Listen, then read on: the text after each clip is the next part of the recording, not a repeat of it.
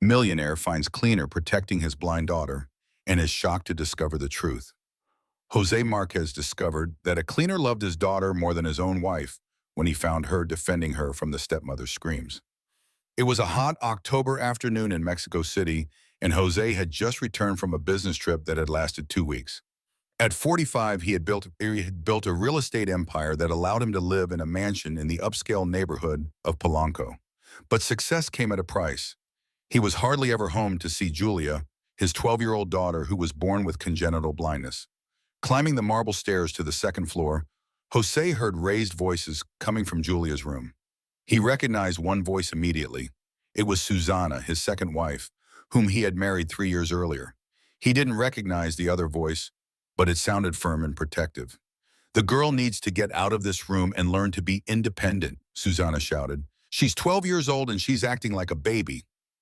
"Mrs. Susana, please lower your voice." "Julia is scared," replied the unfamiliar voice with a soft country accent. "She's a girl who needs patience and affection." Jose approached the half-open door and saw a woman with brown hair tied back in a ponytail, dressed in the blue uniform of the cleaning staff. She was standing between Susana and Julia, who was curled up on the bed hugging a teddy bear. "You're just a cleaner. You have no right to interfere in how a girl in this house is brought up." Susana pointed her finger at the woman, who Jose now realized was about 35 years old. The woman took a deep breath before responding. "My name is Teresa Montes, and when I agree to take care of a house, I take care of everyone who lives in it. Julia is a sweet and intelligent girl. What she needs is love, not yelling." Susana took a threatening step toward Teresa. "You're fired. Pack your bags and leave today." At that moment, Julia began to cry softly, and Teresa immediately knelt down beside the bed. "It's okay, sweetie. I'm here," she whispered, gently taking the girl's hand. Jose felt something stir in his chest. It had been so long since he had seen someone treat his daughter with such tenderness. How long had it been since he himself had sat with her like that? He knocked softly on the door and entered. "What's going on here?" Susana turned quickly, fixing her hair. "Jose, I'm glad you're here. This employee is being disrespectful and meddling in Julia's education." Teresa stood up, maintaining her dignity despite the uncomfortable situation. Her brown eyes met Jose's with a calm but determined look. "Mr. Marquez, I apologize for the inconvenience. I just wanted to protect Julia from harsh words."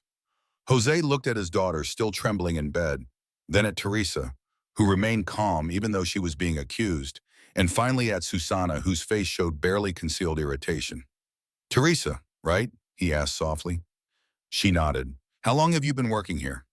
"6 months, sir, 6 months." During his constant travels, a stranger had become the person who cared for his daughter the most, and he didn't even know her full name. "Daddy," Julia called in a small voice. "Teresa always helps me when you're not here.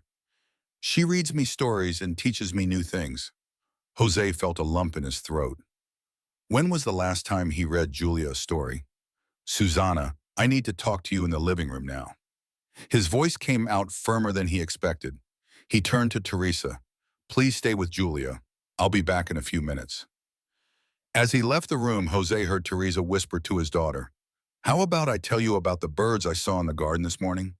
Julia's sweet voice, responding enthusiastically, was the last thing he heard before closing the door, taking with him a question that would change everything. Who was Teresa Montes really? And why did she care so much about a girl she barely knew? The next day, Jose decided to do something he hadn't done in months: work from home.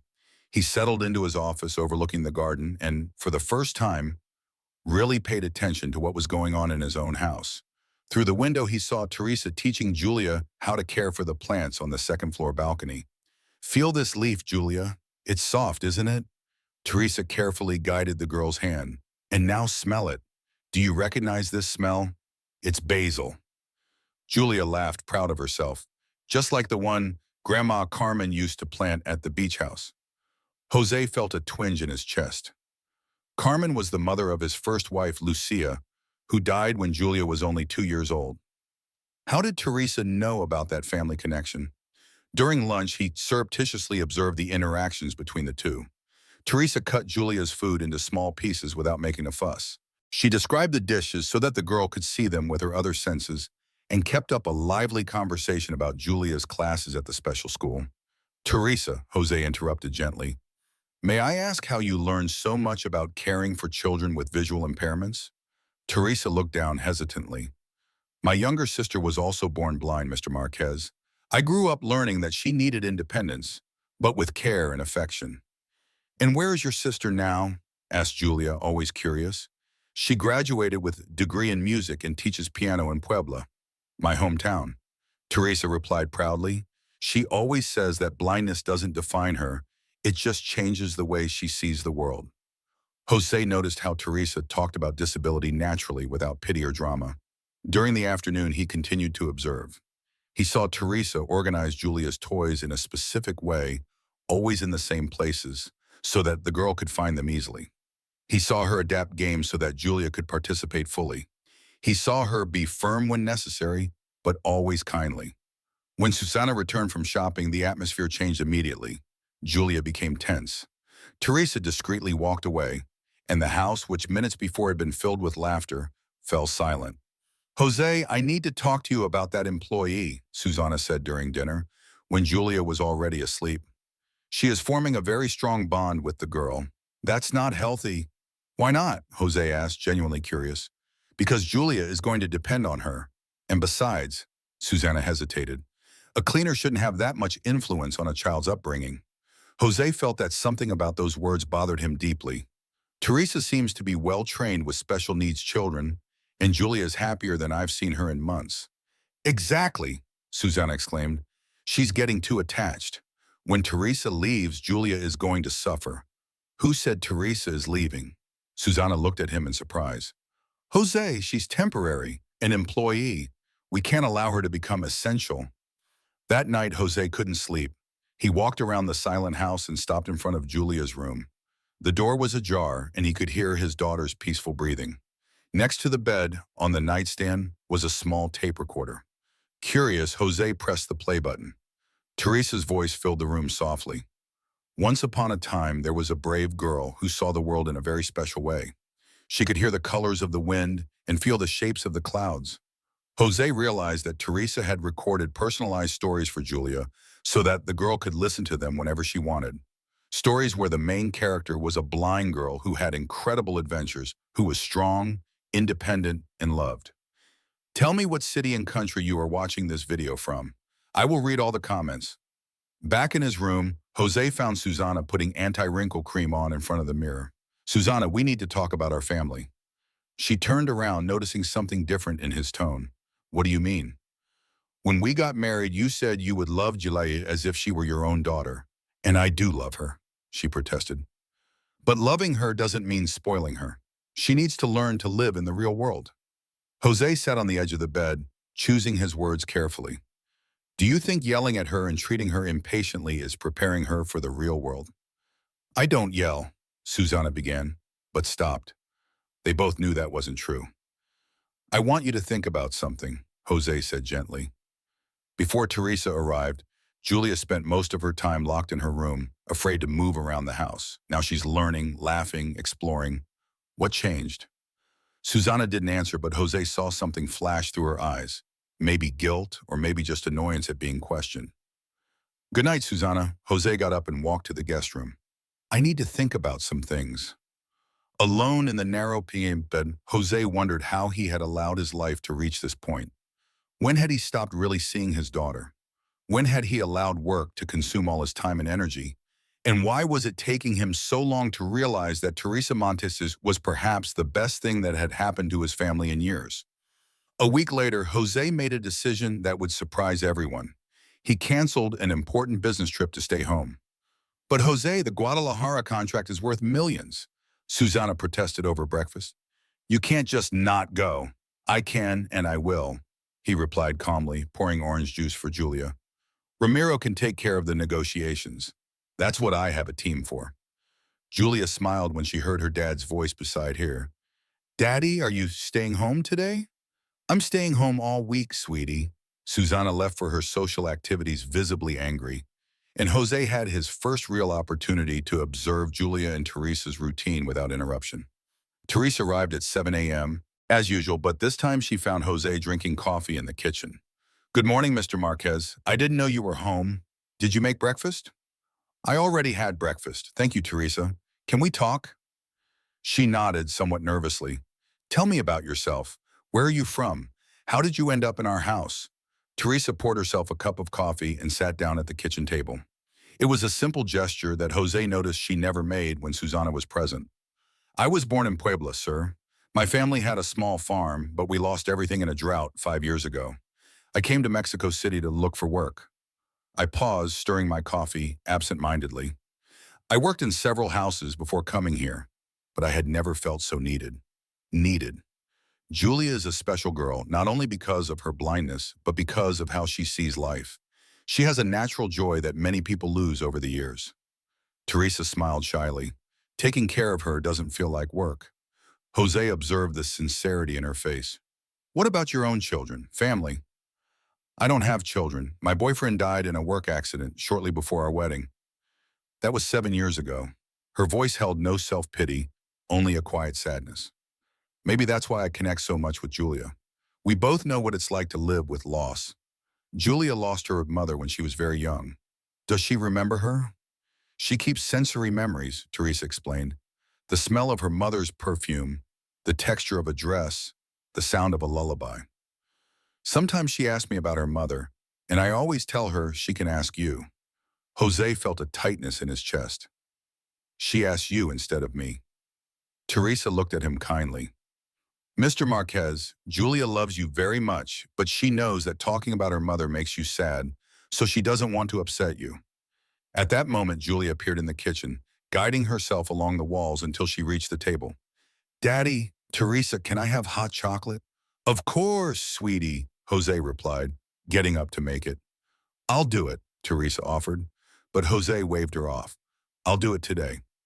While Jose made the chocolate, Teresa guided Julia in a conversation about the plans for the day. Jose listened to his daughter talk about her Braille classes, an audio storybook she was reading, and a new song she had learned to play on the keyboard. Julia interrupted gently. Do you remember your mom? The girl was quiet for a moment.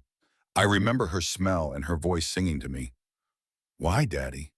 Jose sat down next to his daughter, something he realized he hadn't done in a long time. Because your mommy loved you very much, and I should talk about her more often. Teresa says that my mommy's in the stars, but also here in my heart when I miss her. Jose looked at Teresa, who was watching the scene with an emotional smile. Teresa's right, he said, swallowing the lump in his throat. The rest of the morning passed quickly. Jose accompanied Julia's activities. He saw how Teresa encouraged her to be independent, but always safely, and he noticed dozens of small details that made a difference in his daughter's life. When Susana returned for lunch, she found Jose, Julia, and Teresa laughing in the living room as Julia told a story she had made up. What's going on here? Susana asked in a tone that Jose didn't like. We're having lunch together, he replied simply. Teresa should be in the kitchen. Teresa is part of this family, Jose said, and the words came out more firmly than he had expected. Susana looked at him with an expression he had never seen before, a mixture of surprise, anger, and something that looked like fear. Jose, I need to talk to you now. They went to the office and Susana slammed the door shut. What do you mean, Teresa? She's part of this family. Bisho said she takes better care of Julia than any of us. She's an employee, Jose. She's someone who loves our daughter, our daughter. Susana laughed bitterly. Julia isn't my daughter. She never was, even though I tried. And now you're replacing me with a cleaner. Jose looked at her silently for a long moment. Susana, when was the last time you sat on the floor to play with Julia? When was the last time you showed that you enjoy being with her? And Susana didn't answer, but her eyes filled with tears of anger. You're choosing her over me, she whispered. I'm not choosing Teresa over you, Jose replied calmly. I'm choosing Julia over convenience. Susana stormed out of the office, slamming the door behind her, and Jose was left alone with a growing certainty. His life was about to change completely, and for the first time in years, that didn't scare him. 3 days later, Jose woke up to screams coming from downstairs. It was 6 a.m., and Teresa always arrived at 7. He hurried downstairs and found Susana in the living room with a small suitcase, talking on the phone. Yes, Mom, I can't take it anymore. The situation has become impossible, she said with her back to him. Joseka cleared his throat, and Susanna turned around, startled. I have to hang up, she said into the phone, ending the call. Susanna, what's going on? She pointed to the suitcase. I'm going to my mom's house for a few days. I need to think. Think about what? About us, Jose, about this whole situation? Susanna sat down on the couch, suddenly looking tired. When I married you, I thought I could be a good stepmother to Julia, but she never really accepted me. And now Teresa has come along, and in 6 months she has achieved what I couldn't in 3 years. Jose sat down next to his wife. Susanna, Julia needs love and patience. Teresa has it naturally, and I don't. Susanna looked at him with teary eyes. Jose, I tried, but every time I get close to her, I feel like I'm competing with the memory of her mother, and now I'm also competing with Teresa. Jose realized for the first time that Susanna was also suffering.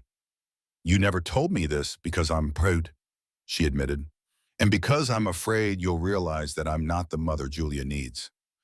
At that moment, Teresa arrived at work and found the front door open. She hesitated at the entrance when she saw Jose and Susanna talking seriously. Sorry, I didn't know you were busy. I'll come back later. Come in, Teresa, said Jose.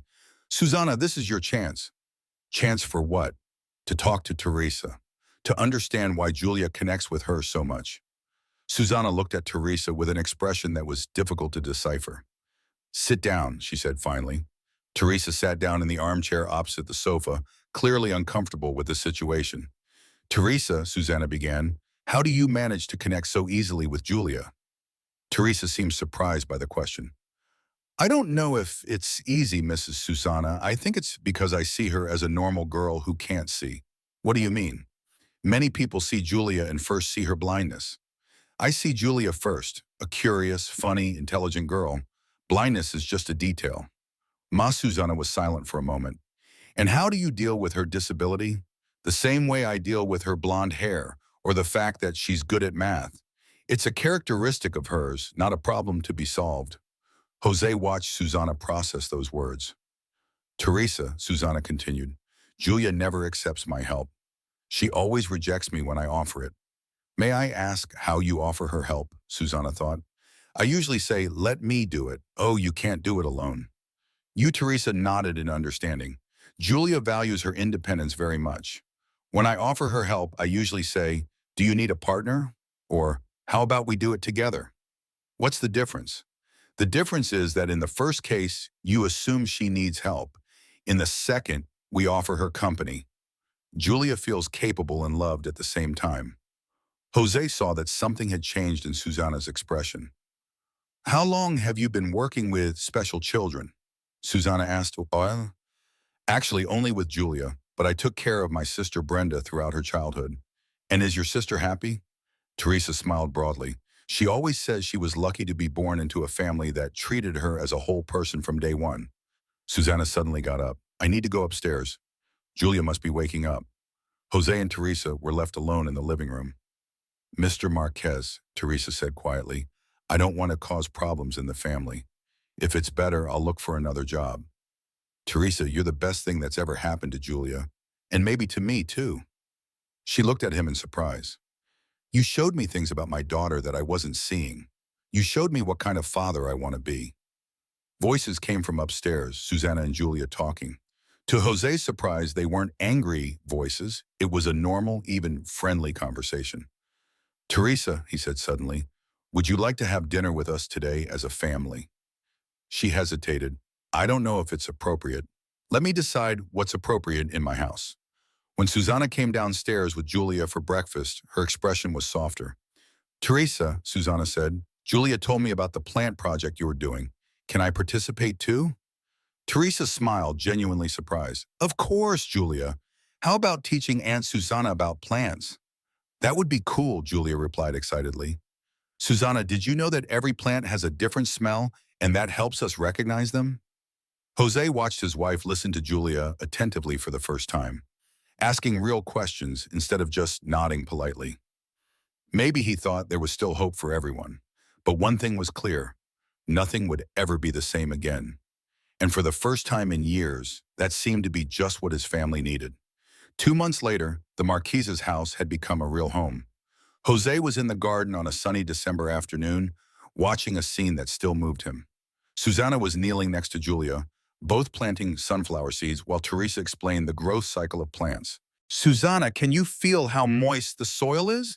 That's how the seeds like it, Julia said, guiding her stepmother's hands. Yes, it is, Susanna replied with genuine surprise. She had never paid attention to that before. Teresa smiled at Jose from afar. In the last 2 months, she had become much more than an employee. She was the bridge that connected everyone in the family, the person who had taught them all to see Julia with new eyes. Daddy, Julia shouted when she heard his footsteps approaching. Come see our plants. Jose knelt down next to the three most important women in his life. How are my girls' sunflowers doing? They're still just seeds, silly, Julia laughed. But Teresa said that in a few weeks we'll see the first shoots. And Susanna is proving to be a great gardener. Better than I expected, Susanna admitted with a genuine smile. Julia is an incredible teacher. Jose watched the natural interaction between them. It had taken time, honest conversations, and a lot of patience.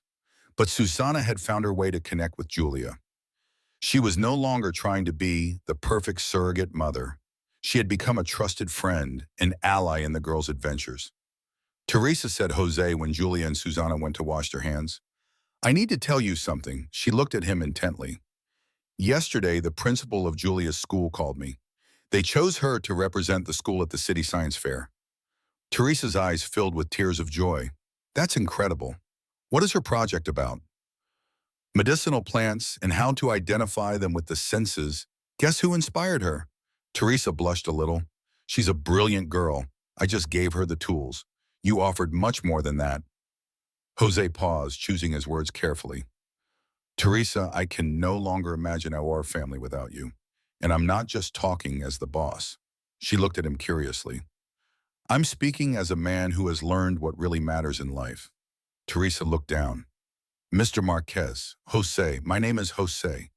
Jose, she repeated softly. You have a family, a wife. Yes, he nodded. And Susanna and I have talked a lot these last few months about what we want, about what makes sense, about what's best for Julia. At that moment, Susanna returned to the garden with Julia.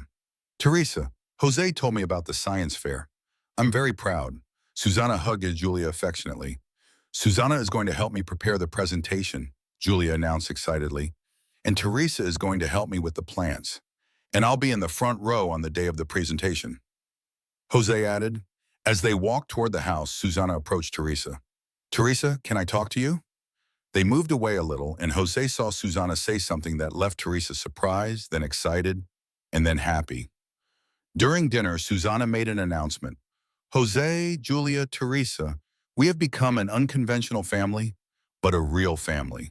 And families make important decisions together. Julia stopped eating and paid attention. I've decided to move into a smaller apartment. I want to rediscover myself. Maybe go back to studying architecture like I always dreamed of. Susanna looked at Jose. Our marriage was based on the idea that I would replace Julia's mother, but Julia doesn't need a replacement. She needs people who love her for who she is. Jose nodded, knowing that this conversation had been inevitable for months. And Teresa, Susanna continued, I want to make official what is already a reality. Would you like to be the official housekeeper of this house? With a fair salary, your own room, and all the labor rights. Teresa looked at everyone at the table. That means I can stay. That Julia and I won't be separated. It means your family, Jose said simply. Julia clapped her hands excitedly. Teresa, you are going to live with us forever. If you accept me, yes. Months later, Jose was back in the garden, but this time watching Julia teach a group of school children about medicinal plants. Teresa was by her side, proud as a mother. Susanna visited regularly, always bringing a gift or news from her architecture course. She and Julia had developed a special relationship. They were friends, confidants, adventure companions. Jose Teresa approached him after the children left. Can I ask you something? Always. Do you regret anything? How everything changed? Jose looked at Julia, who was laughing as she told Susanna about her classmate's visit. I regret taking so long to wake up, he replied honestly. I regret almost missing my daughter's childhood because I was too busy to really see her. And Susanna? Susanna is happier now. She found her way, and Julia gained a friend for life. Jose looked Teresa in the eyes. Starting over doesn't mean erasing the past, Teresa. It means finding the courage to embrace what life still has in store. And Teresa smiled, and Jose knew that he had found not only a new family, but a new version of himself. A present father, a man who finally understood that true love is not imposed, it is offered. That night, as he put Julia to bed, she squeezed his hand tightly. Daddy, do you think my mom would be happy with our family now? Jose kissed his daughter's forehead. I think she would be very proud to see the strong, independent woman you are becoming, little one. And do you think she would like her, Teresa? I'm sure she would. Your mom always said that love multiplies when it is shared. Julia smiled and snuggled into her pillows. Good night, Daddy. I love you. I love you too, my girl. More than words can say. See? As he left the room, Jose found Teresa organizing some Braille books on the hallway shelf. Teresa, she turned around. Yes, thank you. Why? Jose thought of all the ways to answer, for taking care of Julia, for teaching me how to be a dad, for turning your house into a home, for showing that love can take many forms, for teaching us that family isn't about blood or papers. It's about choosing to love every day. Teresa smiled, that soft smile that had won Julia over from day one. Jose, I should be the one thanking you. You gave me a family when I thought I would never have one. They were silent for a moment, listening to the soft sounds of the house. Julia humming softly in her room, the wind in the plants on the balcony, the distant noise of city traffic. Do you know what impresses me the most? Jose said at last. What? Julia always knew. From the first day, she knew you were special. Children have a wisdom that we adults lose along the way. Maybe because they see with their hearts, Teresa replied softly. Jose nodded. Just like you taught us all. 2 years later, Jose was on stage in the school auditorium, watching Julia receive the award for Best Student of the Year. At her age, she had become a confident, curious, and incredibly independent young woman. I want to thank three special people, Julia said into the microphone in a clear, strong voice. My dad, who taught me that I can achieve anything I want. Susanna, who showed me that true friendship has no age limit. And Teresa, who taught me that our greatest limitation is the one we set for ourselves. Jose felt tears running down his face. Next to him, Teresa cried with pride, and on the other side, Susanna applauded enthusiastically. After the ceremony at the celebration dinner at home, Julia made a toast to our crazy but perfect family. Everyone laughed and raised their glasses. That night, after everyone had gone to bed, Jose and Teresa stayed on the balcony, looking at the garden where it all began. Sometimes I think that afternoon when I found you in Julia's room was the moment my life really began, said Jose. Mine too, replied Teresa. I just wanted to protect a sweet little girl. I never imagined I would find a whole family. Jose smiled, and to think I almost missed all this because I was too busy to pay attention to what really matters. But you woke up in time. We all woke up in time. They stood in silence, contemplating the garden where the sunflowers Julia and Susanna had planted years ago now grew tall and strong. Their faces always turned toward the light. Starting over doesn't mean erasing the past, but finding the courage to embrace what life still has in store. Sometimes the most important people come into our lives quietly, disguised as something ordinary, when in reality they are extraordinary gifts waiting to be discovered. If you like this story, comment below, share it with your friends, and subscribe to hear the next ones. Yeah.